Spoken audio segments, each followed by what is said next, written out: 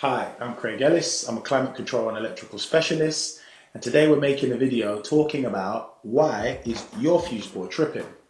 Why is your fuse board tripping? Well, here's a fuse board here, one we made earlier. But before we go into the video, I have to give this professional health and safety disclaimer that electric should always be carried out by an electrically trained professional.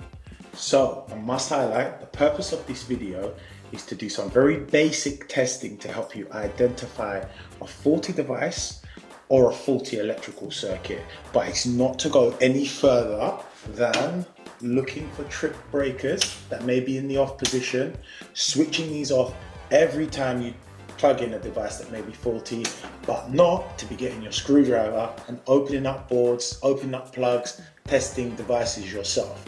These are to be handled by a qualified electrician at all times. The risk of electric shock is one that's deadly.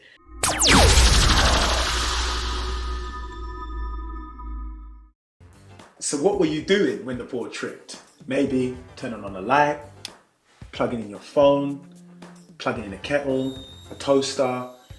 If you were plugging in a device and immediately at that moment you saw the lights cut, power trip, that could be an initial indicator as to the device and definitely the circuit that's at fault. So here's a fuse board. So this is a standard UK consumer board. When you attend the board after having a circuit trip, what you'll find is one of your circuit breakers will be in the off position like this. If you find that the main switch, this will always be in red at the start of the board, is in the off position, do not touch the board, call an electrician now. There's a major electrical fault, and I don't recommend that you watch any more of this video and you don't try and identify any issues. There's some kind of major issue with the mains cabling, potentially could have melted. There's a chance of a major risk. But generally what you'll find with the circuits is you'll have a breaker in this down position. The circuit will be marked on the board. It would say, for example, ground floor ring mains. Ground floor ring will be the plug sockets in the house. What you can do with this in the off position, go around to your plugs, unplug all your devices, but one, maybe say your television, for example, leave your TV plugged in, come back to your board, switch this back on, no trip. Now this is very important for health and safety reasons. The whole point, the reason why this tripped is because there's a faulty electrical device on the circuit. You must follow this before you continue. Switch this breaker back off, plug in your next device now. So you plug in your phone, right? You plug your phone, go away, you plug your phone, you come back, you switch this back on. Right, no trip.